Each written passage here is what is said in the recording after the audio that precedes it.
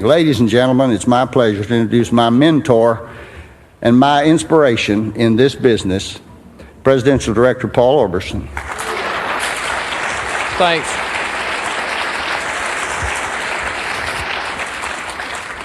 You know something, we all do this for different reasons, but most of them involve our families.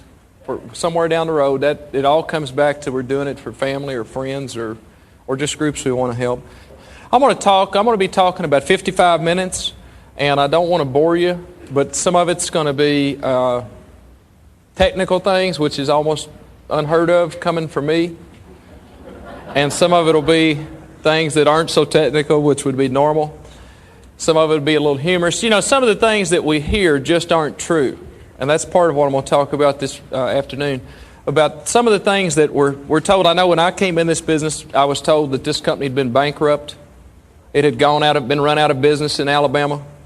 That we'd been run out of the state of Virginia. We'd been run out of all this stuff. And now you've gotten involved with that, and you're a criminal too. You've heard the same things. Well, see, it's not what you don't know that gets you in trouble in business. It's what you know for sure that just isn't true that gets you in trouble in business. Those things were not true. But they came from people I had known my whole life, so I respected their opinion. And when they told me that won't work, I at least started listening to those people. That won't work. I kept that in the back of my mind. This won't work, but I'm going to try to make it work. But that won't work. So I listened to that. And so you're kind of, like I said last night, the worlds we fight between, I was going back and forth between those two worlds. It's tough. But remember, most of the people you listen to are broke. You don't want to be like that, no way. You know, when you start in this business, the surest way to fail is to be sure and listen to family, friends, and neighbors. Be sure and listen to them, and you'll be just like them. And there's nothing wrong with being just like them in some ways, but in financial ways, most of them we do not want to be like, do we? We just don't. I want to be a lot like my grandfather. I just don't want to be like him financially. I want to be a lot like my parents, but not financially. So if I don't want to be like them financially, I cannot listen to them about business. If they say don't play in the streets, then don't play in the streets. If they say go to college, go to college. But if we're talking about business now, listen to people, and it's been said this morning, and I want to thank Jeff, and I don't know, but Jeff may have said that this morning, that we have to listen to people that know and have been around and have earned some money for us to get better. You and I are going to be, I've read this one time and it's true. I think it's really true. Your 4 or 5 best friends, your income is going to match your 4 or 5 best friends' incomes. And it's kind of like it's kind of like at lunch. I just got up and left a place, and a guy, it's kind of neat. But the guy, when I got up and left and walked out and from the first table, I was at 2 different tables. When I left the first table and I walked out, a guy grabbed me there at the counter. He says, well, I guess the average income of that table just went down. Well, you know something? Here's what I want you to understand this day. Understand that the people that make money, they're just like me and you. They're no different. They're just like us. They're no different. People all the time, they'll come up to you, or I've seen them come up to Bob and some other people, and they'll just say, I want to just touch you. Like you're different. Nobody is no different. It's just hanging through the tough times that makes people any different at all. And that nobody's got any special. Oh, some people have talent. Some people are talented as Bob. I'm not one of them. Some people can speak. Some people can think. Some people can do all sorts of things. It's not talent at all. It's just not quitting. This business is really just not quitting.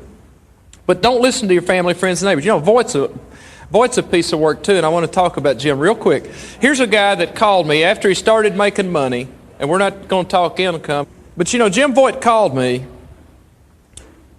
and I'll never forget, because he's an old country boy just like me, and I'd just gotten a couple of those Lexus cars, and it was kind of novelty to me too, you know. And he called me and he said, Orb, what kind of car is it you got? Them cars you've been saying you knew. I rode in last time I was up there at your house. And I said, Lexus. And he said, well, I'm going to get me one of them Lexicuses. Honest to goodness truth. Here's a guy that can't pronounce it, but he can go get one. Look, what a country this is we live in. You know, think about this now real quick. You say, well, I don't know anything about long distance. I don't know anything about networking. I'm saying it's okay. Only in this country can you go make a lot of money at something you know nothing about. And only in this country can you stay broke at something you're an expert at. You got a bunch of experts, but they're broke.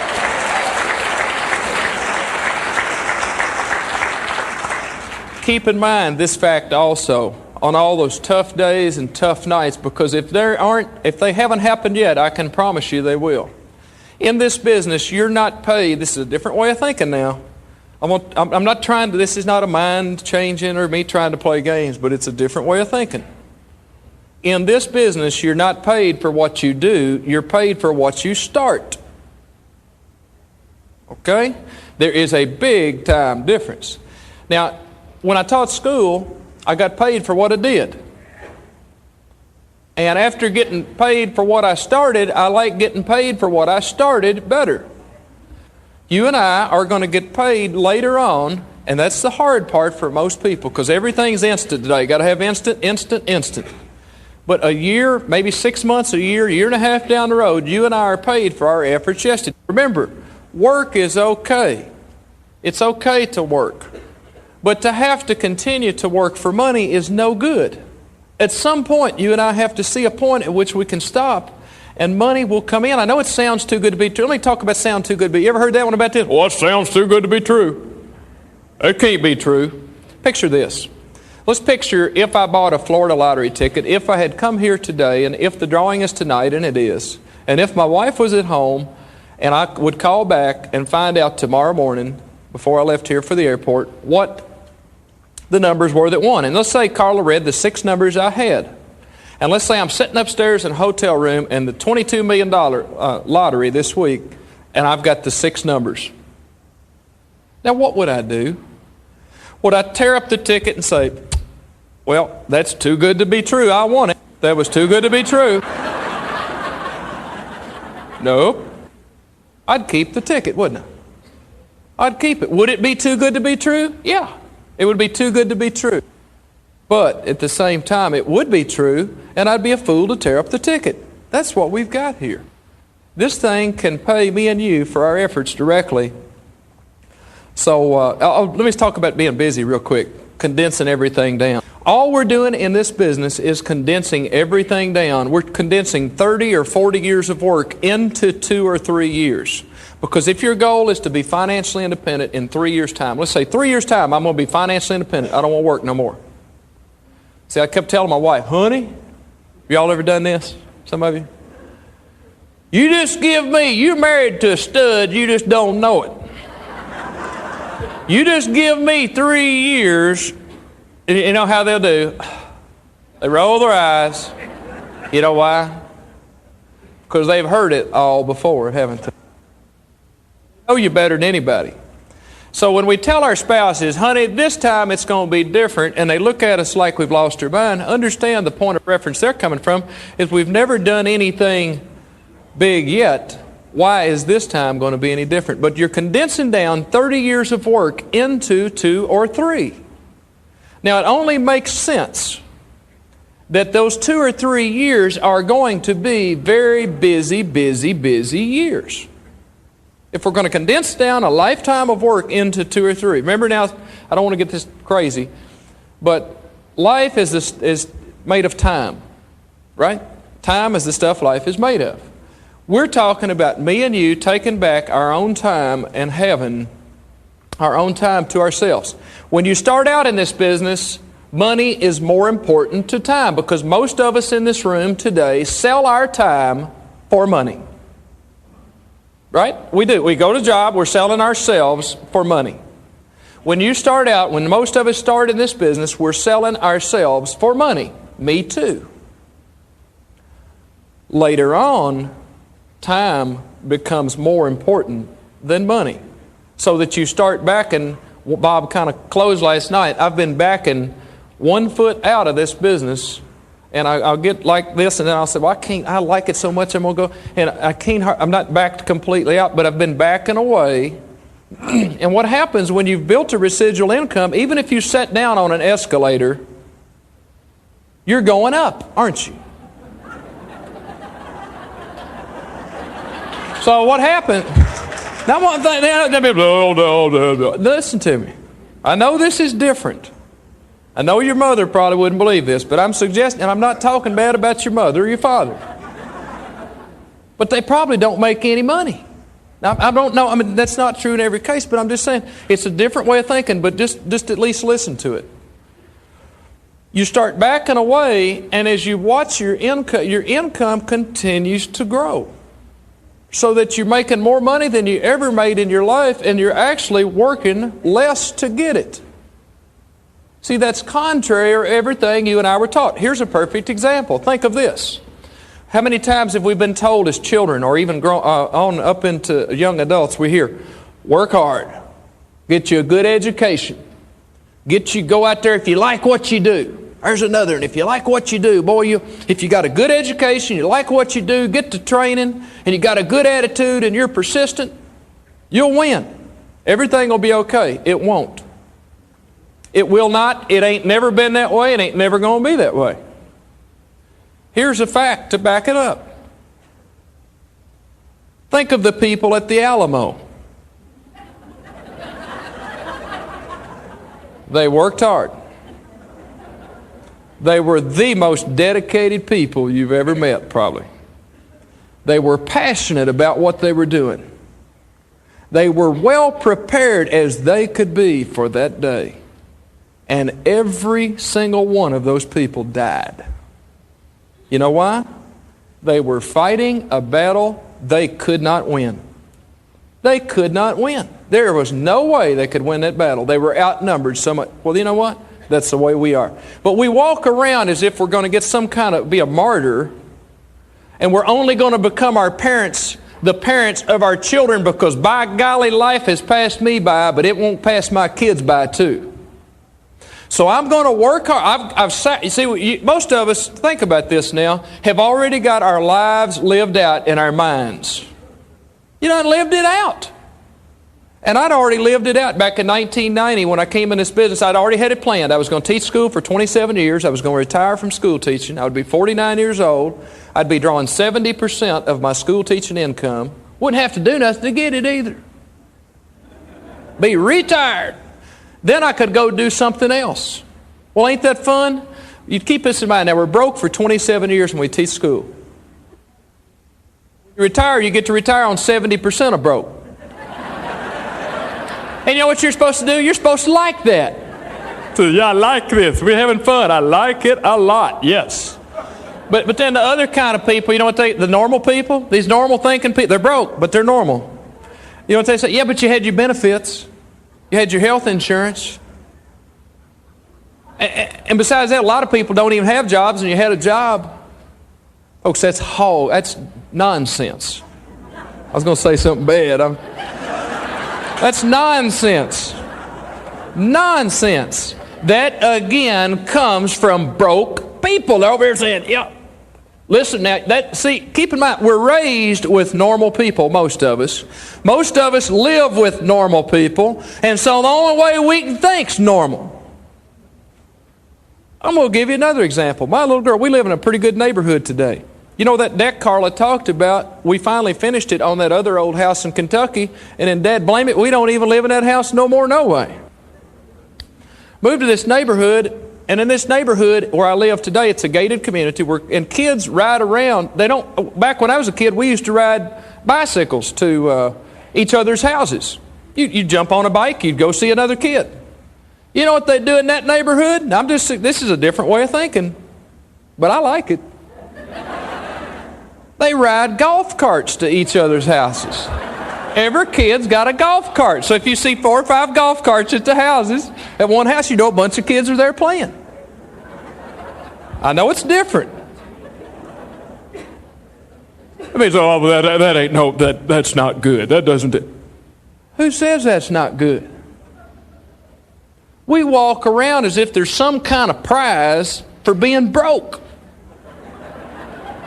Like, no, seriously, like we're going to go, oh, poor old me.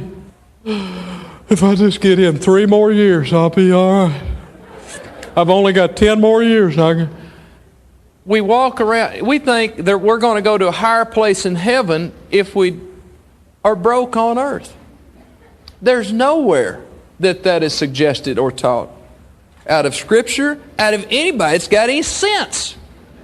That all comes, this is a different way of thinking, it all comes from broke people, passed down from parents, grandparents, great-grandparents, down all the way through us, and it's just a cycle. It's like poverty on a different level. It never stops. If you don't step out in your family, I'm suggesting to you it may never happen in your family. And you know what? I have found this out. All it takes in your family is one person to make it big in a business. One person, and you can change your entire family's life. One person can make a difference. Don't believe it when you hear one person cannot make a difference. One person can make a big time difference. Another thing is, don't beg people to do this business. You ever say, I've stayed after Joe. I've talked to him, and he says he thinks he's going to probably maybe come in. He's got to see his accountant and CPA, and he's going to see all these people about opinion, make a phone call to the BBB and all this junk. Or here's another. I talked to my attorney, and he said that what? Now, this is a different way of thinking. I'm suggesting to you, your attorney's broke.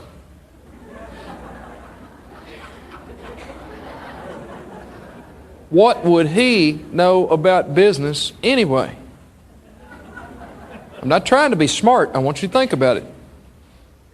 When I went back to my school to get other teachers to look at this business, and when an English teacher told me, and it destroyed my soul, but she said, I won't do that. That company won't even be in business in 2 years. I'm not about to put my reputation on the line. They won't. Here it is. Them things never last. It tore my soul apart. But let's stop and look at that just a minute, what I was listening to. And I did listen. And I did think about what she said. I thought so much that I still think about it in a different way. But let's think about what she told me. She's telling me that what I'm doing won't work. She's telling me the business I'm in won't even be around. Let me ask you this. What does she know about business anyway? If she knew so much about business, she wouldn't have been teaching English for 25 years. She'd have been in business, wouldn't she? Kind of like my daddy used to say, if you're so smart, why ain't you rich? I used to tell him when we was painting houses, I'd tell him how to paint, whether we need a 40-footer, 20-footer, and I'd hold, but how we're going to do it. He said, boy, if you're so smart, why ain't you rich? Well, it's kind of thing, if you think about this, think about the people you listen to. Think about who's telling you what, and if you want to be like them anyway. See, I didn't want to be like that English teacher, so I probably shouldn't and didn't. In the very end, I did not listen to her anyway. Don't listen to people you don't want to be like. I respectfully suggest that. Have y'all figured out this thing ain't for normal people? Not suggesting that we're all nuts in here, but I'm suggesting to you this again. Not telling you nothing, just suggesting. I'm asking or maybe bringing up another point that you don't want to be normal. No way. Normal people drive normal cars. They live in normal houses. Which brings up a point. When I was growing up, when we got married, we lived in a house that was a $35,000 house. We borrowed money at the age of 25 or 26 to buy that house. We borrowed money. My dad co-signed a loan. There I go. I'm trotting off. Boy, I've got me a house. My first house payment was $330 a month. Back when interest rates were higher, $330 a month, and I had the great American dream. My mother and father-in-law came to look at my house. My mother-in-law said, "It's cute." I said, "Thank you." Hated that word. I hated the word cute. Moved on, 3, 4, 5 years go by. We bought another house. Fixed it up a little bit. Fixed up the yard a little bit. It was a house that my mother-in-law had used to live in, and that's a nice house. Time went on, we built a house. My mother-in-law came by and said, "That's a nice house." Folks, I, like a lot of you, didn't want no cute house. I don't want to have to tell you, I live in the third, come to the stoplight, come to the stop sign, take a third house on the right. I don't want to live in the third house on the right. I don't want to live in the fifth house on the left. I want one where my mother-in-law comes by and says, none of that cute stuff. She don't say that. I always wanted one where she just come up in front yard and looked up and just said, "Gosh." Hey, let me tell you something. You only get to live one time. But if you live one good time, that's enough. I'd be afraid to come back in the next life. You might have to have a job next time once you get used to calling your own shots. Once you get used to that, you won't want to ever go back to work for anybody else. It's not comfortable at first for some of us because we don't come out of backgrounds that prepare us for this. But if you can talk to people, if you can just talk to people. And what I used to ask people was, how would you like to make money when people push one on a telephone? I never had a person yet say, "Ooh." You mean when somebody uses a telephone long distance and pays their phone bill, you get paid? Yeah, that's right. No, I wouldn't want to do that. You mean they pay their phone bills and I get paid? Yeah, right. No, that ain't for me. Not a person I ever talked to said that didn't sound good. And they'd say, "Well, yeah, but how you do that, or that's dreaming, or whatever." But then that gets into step 2. See, I never was a high-pressure, high-force person. Really, basically, what you see with most of us is what you get. And it's really true with me, too.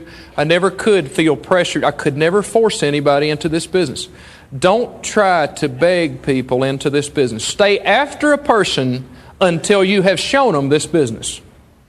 Once you have shown them the business, it's then their responsibility to respond. Okay? Don't you stay after, "So I know so-and-so and he stayed after so-and-so." Let me tell you something. By the time you stay after 100 people, you could have gone and gotten 2 or 3 people just said, "Hey, I'm ready to get started." You cannot talk anybody. If they won't do it for their children, their wives, their husbands, their parents, if they won't do it for them, they're not going to do it for you. Some people are determined to stay broke. They're going to prove it to you. They're going to die broke. You're not going to change them. I know what some of you are thinking too. Well, I'm going to come in this business and then other people that see me, they're going to come, in 3 years, they're going to be just knocking my door down to come in this business. They ain't. Did you ever hear the story of Pharaoh in the Bible? Not only do that now, their hearts are harder than they were when you started. They don't change. It's our own arrogance. If you admit it to yourself, if I'm nothing, and I am nothing. And if we admit, okay, look, I know I'm nothing. And I don't mean talk yourself into thinking you're worthless and all that. But if we'll just say, look, I know I can do better. I know I ain't doing what I can do today. And only you know that. But most of us could probably say that. Only then can you go from there. But as long as you don't think you need this business, I can assure you this thing is so tough, you will not do this business. Let me tell you, if you have any other choice in life as a way to make money, you will not do this business in a big way. You may be part-time. You may make a couple $100s a month or a couple $1,000s a month. That's up to you. But I'm assuring you, if you have a choice in life, this thing is too tough to do because you will go back to that. And as I've told you last night, I went back to looking for a job after I got in this business, 6 months into it, my 9th month in this business. The month I quit and went full-time in this business, the very month in May of 1991 that I quit my job and went full-time, I was paid $1,200 in this business.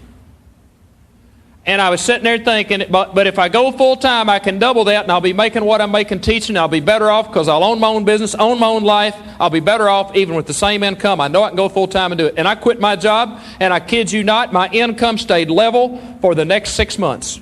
Didn't go anywhere. So I've quit my job. I'm out here, and I got my family, friends, and everything, and everybody's praying for you and thinking, boy. And thank God those prayers, I know people prayed for me, and people are praying for you too. They really are. You don't even know who they are, but they're praying for you. And I'm one of those people praying for you every single day. Honestly, I pray, dear God, you don't have to do that, that I know there's people out there this second ready to quit. I know there are. This second they're ready to say, that's it. Please, dear God, give them the faith to hang on one more day, one more week. And so, but I said one of those prayers like, I was making no money, things were going downhill fast, making a house payment, making 2 car payments, living a normal life. Now I'm less than normal. And I would come home, and Carla, the only light on in my neighborhood was in my house when I started back in 1990, and early 91, especially late 91, after I was full-time, the only light on was one light on left in the hall in my house. And I would come in a lot of nights, and I would look around the neighborhood, and I would see every light in the neighborhood was off except mine. But I knew, and I thought, and you're going to be thinking the same thing. I thought, Orberson, you're stupid. You've left a good job. You've left something that you had 13 years in, that you had a job for life. You've left that to go to something like this where you don't know if you're going to have a paycheck next week. What were you thinking? What could you have been thinking in that weak moment? And you know something? As bad as it was, I knew I never, even at that time, I knew I never wanted to go back to working for somebody else the rest of my life. I knew if God gave me the health, and that's something I couldn't always count on, but I knew if that happened, that I was always going to be, I always knew I would work hard enough to be in business for myself. And so a lot of nights my light would be the only one. I'd go in, hey folks, that ain't the easy side of this business. Everybody talks about the millions of dollars now. Everybody talks about, what's it like living such and such, you don't wash your own cars no more. You don't have to do your own yard no more. I love people say, well, I like doing my yard. Hey, let me tell you something. You just ain't had nobody doing your yard yet. You like that better. You don't want to clean your own house either. I'm telling you, you don't. You just think you do. You don't. Hey, listen, all this stuff has got to have people to go with it that take care of that stuff. If not, it just takes up more of your time, which is the stuff life is made of, to take care of that stuff. That stuff's got to be taken care of for you. Okay? You don't want it, so that means you just make a little more money. But as I prayed, I said something like, Dear God, I know you said you'd never put more on me than I can handle, but this is getting ridiculous. Just don't trust me so much. I'm up. This time's up. I cannot do that. I can't handle this. But you know something? I started looking for a job. I got weak and I started looking for a job. And I found one. And I found one with, as Carla said, a picture-taking company. And I got that job, and they paid me a little old salary, and I was going to go around to all these schools and sell. This is 1991. And I'm going to go around to all these schools, and I did. And I started out with them, and then I went to their training seminar about 3 weeks into that business. I went to a training seminar, and the guy stood up in front of the room in front of about 50 people and gave a normal talk. And here was the normal talk. If you work this business right, in the next 2 years, you could be making $60,000 a year. When I heard that, I mentally turned off. When I left that day from school and drove back to Danville, Kentucky, I was finished. I never reported back. I called and told them I wouldn't be back. I would rather, once I had started thinking different, I'd have rather have died than to go back to a world where I couldn't think like I wanted to think. And when the guy was standing up there, y'all don't have it. When the guy was standing up there talking, I immediately turned off. $60,000, that's nuts. Because I'd already bought the terminology of, and I'm not projecting income for you, but I'd already started buying the terminology of $10,000 a month. You know, people talk about what people are making. They'd say 10, 20, 50, 100, 500. You know, this ain't me, it ain't you, like 800, 900 and stuff. And so, you know what? Once I started, hey, we talking about a month.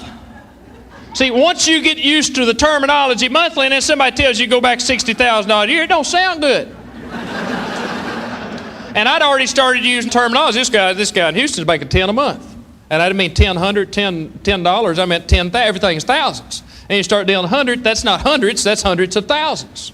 It's a different way of thinking, but it's a good way of thinking. So I said that little prayer and I said, I gotta go. Didn't know what else to do. Had to keep running, had to keep moving. Got 30 days late on a house payment, got 60 days late. Kept telling Carl, everything's okay, babe. I got it covered. You're married to a stud, remember? Have you forgot that? First LDU check back in March of 91 came in, $6.83. I kept telling her I was going to be full time. She says, well, boy, this is a good deal you're into. Why don't I quit my job too? We'll both go full time. We'll make $14 a month and we'll starve to death together. So anyway, as the story evolves, even after going full time, still about didn't make it. Still to this day don't know why I quit my job. I still don't know why. And there's people in this room the same way. Something is going to trigger you someday when things get so bad. If you're not ready to do this in a big way, or to do anything, if you're not ready to do something in a big way, then things ain't bad enough for you yet. And they may never get bad enough. They're bad enough. But it's just having the courage to act. I used to see kids in school get picked on, little kids get picked on by big kids, and they'd pick on those kids and pick on those kids, and you'd want so bad as the teacher for that little kid to haul off and smack the big one so bad you couldn't stand it. But I wouldn't. I'd try to, just tell them to stop picking on. But you know what? All it took was one time that little kid turned around, hauled off, and knocked a soup out of that big kid. That's a Kentucky saying. I'm sorry. I revert back every once in a while. But you know what? No matter how that fight came out, that big kid from that point on would leave that little kid alone because he knew he'd fight back. You know what? Some of you have watched it in your families. I've watched it in my family. I saw my father take it and take it and take it and take it and take it and take it and didn't fight back. He fought back the best way he thought he knew how. I saw my grandparents take it and take it and take it, never fought back, never fought back. And I, at some point, and you at some point, have to determine if I'm going to fight back. Well, I'll tell you what. There's some of us in this room will fight back. And you know what? No matter how bad or good the fight is, we'll fight. And once you know that you will fight. Once I knew when I went to my neighbor's house, David Kammick, to get him to be my first customer outside of my family, I walked up to his door. Some of you have done the very same thing. I walked up to his door. I knocked on the door and I prayed to God nobody was home. As I stood there at the door, my heart beat fast, my blood, the heart pulse in my eyeballs is just like, I couldn't have spoken a word if he had come to the door. And that's a true story. Stood there, knocked again, nobody there, turned around, walked back to my little truck, got in it, drove home. But when I got in the truck, I knew I could do this business. There are turning points in your business career, in this business, that you say, that's it, I can do it. And at that point, I knew I could do it. Because I just did something I hated. And that was go up to his door and ask him to be my customer. It's contrary to my nature. It's contrary to my nature to ask anybody for anything. And that's the honest truth. But the only thing worse than this business for me is being broke. That is far worse than this business. So if you don't want to do this business, okay, great. Join the crowd. Me neither. If you're not having fun every day, okay, great. Me neither. You ain't having fun every day anyway. Since when do you think you're going to start having fun every day? You're like, well, I don't think I'd like to do that. And you like your job? Well, yeah, I mean, it's amazing. Ask somebody if they like their job, they'll give you 1,000 reasons they hate it. Ask them if they hate their job, they'll give you 1,000 reasons they like it. I used to ask people, do you like your job? And get you a notepad out because they're going to give you 1,000 reasons they hate it. Don't ever ask anybody if they like their job. I mean, if they hate their job. Because they say, well, it ain't that bad. Remember the frog story? Frog never knew it was cooked. Never knew.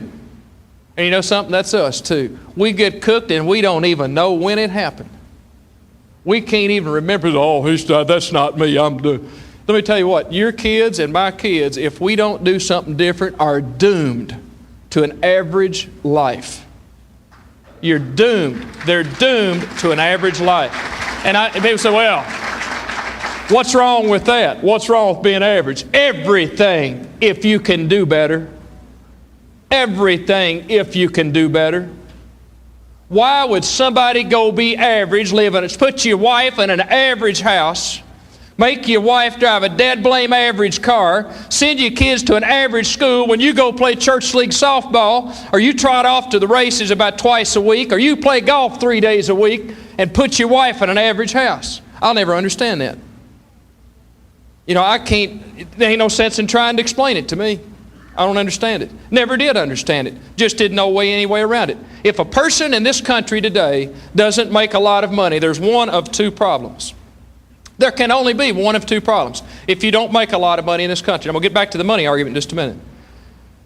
If you don't make a lot of money in this country, you're either lazy or ignorant of a way to do it. It's one of the two. There can be no other answer. And if I know about this business, there can only be one answer. That it's tough, so what? It's tough on all of us. How much do you love your kids? And I'm not equating, this is not a brainwashing, that's not what I'm doing. But how much do you love your kids? How much do you love giving money away? How much do you love giving to church? How much do you love giving to your spouse? How much do you like giving to your parents? Do you know by giving your parents $10,000 a year each from each spouse, you can give your parents $40,000 a year? You and your spouse can? Well, you know $40,000 a year ain't much, but you know how much difference that can make in your parents' life? And you can do that with your mother and father-in-law too? It may not mean a lot to you, but it means a lot to them. Big time difference. All because one person refused to quit. And that person was either me for my family or you for yours. It ain't fun. This ain't for cute people. This ain't for the, walk around, we do this stuff. It ain't for that kind of person. It's not for the high society type people. This thing is raunchy work. I mean, it's hard. But it ain't that hard. I mean, it's bad, but it ain't that bad when you consider the rewards for it. Because as good as I thought being financially independent would be, it's better. I mean, I used to sit and think what it'd be like when I was driving all over God's gracious Bible. I'd say, oh man, someday, the old someday. Someday, man, I'm going to be sitting on a beach down there and ain't nobody going to bother me, and I'm going to be just drinking lemonade and ain't nothing going to be, I don't care. The worst thing in my life will be a cloud. Used to think of that, of how good it'd be to have a few dollars coming in no matter what. Boy, it'd be just, something as good as I thought it'd be. It's better. Knowing what I know now and knowing what some very successful people in this room, in this business, know now, they would have paid, and I would have paid 10 times the price knowing what I know now. Only by thinking there ain't no difference between first class and coach can you think any other way. I mean, you use that argument, well, you're only going to get there at the same time. No way. Folks, you ain't. It's not true.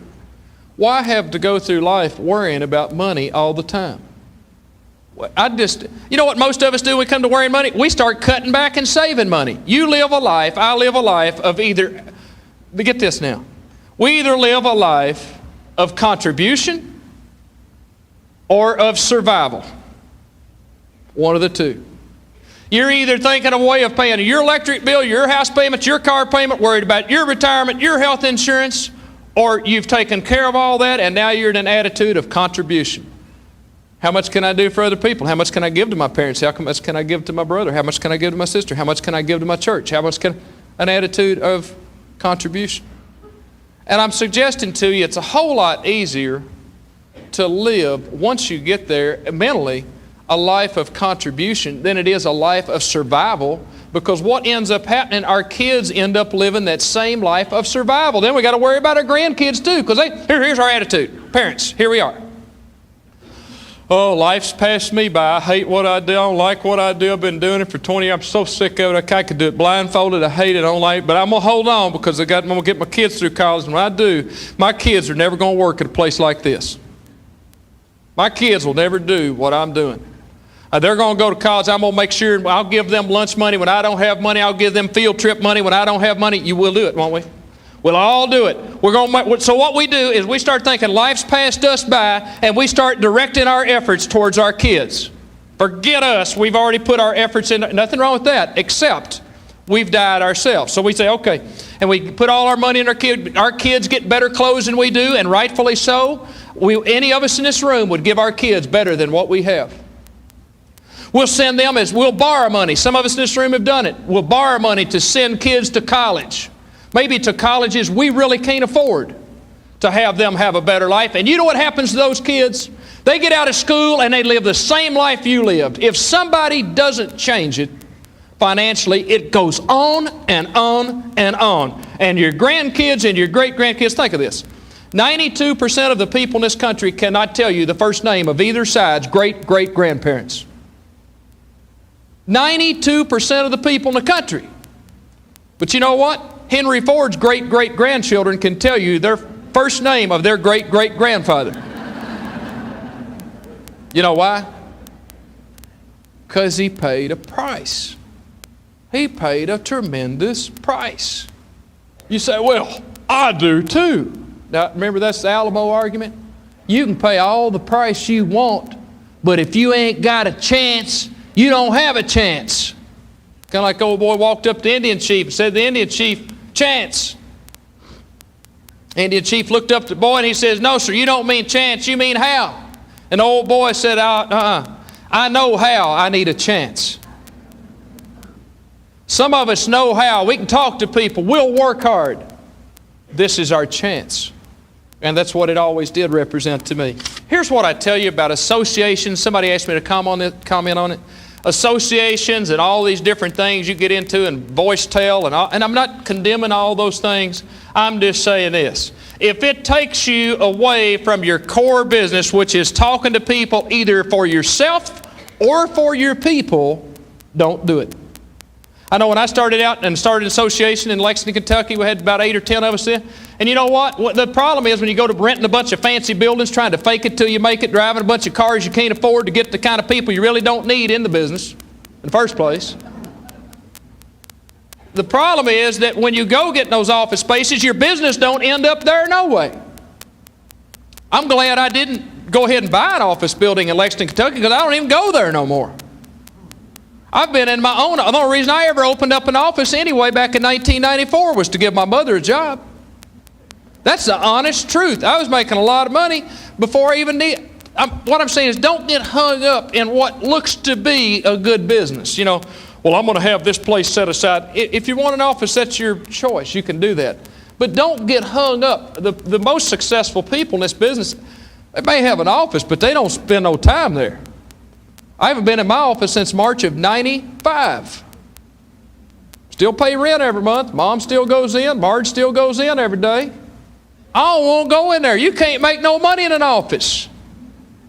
You got to get out where the people are. You got to move around. But the training part, don't try to kill people in training. Well, I'm going to tell you all about the industry today. See, Bob and LaDonna have to do that because as RDs, if we're going to train others, we have to know more, a little bit more than the basic things, because somebody's going to be a wise guy or a wise girl and going to ask a bunch of questions, so we need to be prepared for them. But for the most part, don't kill people with training. I was sitting at a meeting this past week. Get this now, at the business presentation, and at the very end, here's the way they closed the meeting. Now, you also need to be, there was 2 weeks ago, you need to be on our voice, whatever it is, our voicemail system. And to be on our voicemail system is going to be $29.95 a month. And if you're a new rep, you need to seriously consider doing that. And then if you're on that, we also have a paging system. I'm going to tell you what, by the end of the thing, there was 4 things that new rep had to do after they came into business to get to be communicating with the top leadership. I'm suggesting to you, you don't want to communicate with them that much, no way. I mean, some of them just get out of the way. The ones that need help are going to call for help. Help those people. I never went and opened up a town. I always went for other people. Other people said, I've got 2 people in Bowling Green. Can you drive down there and see them? I would. I was full time. Those people had jobs. I say, I'll go see them. And I went to see those people and they said, I got a person in Paducah. You go see them. Y'all drive over there. It's not about getting on, and I don't mean to be coming off wrong here, but don't get hung up in the stuff that looks like you're doing business. It's just stuff that looks like you're doing business. There is no substitute for getting in your car, getting on an airplane, getting on the phone, and talking to somebody. There is no substitute. You cannot do it. I got one more thing. And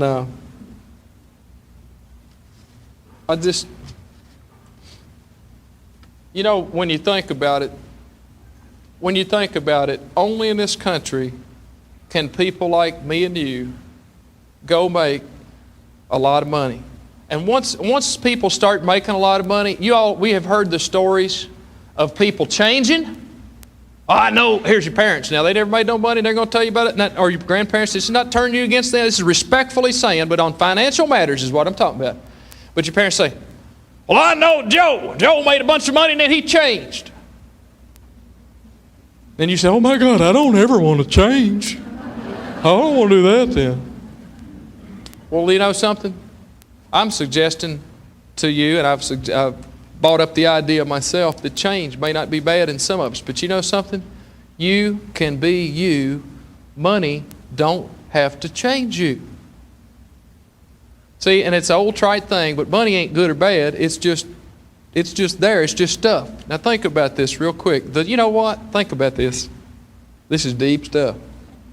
This is unusually deep stuff for me.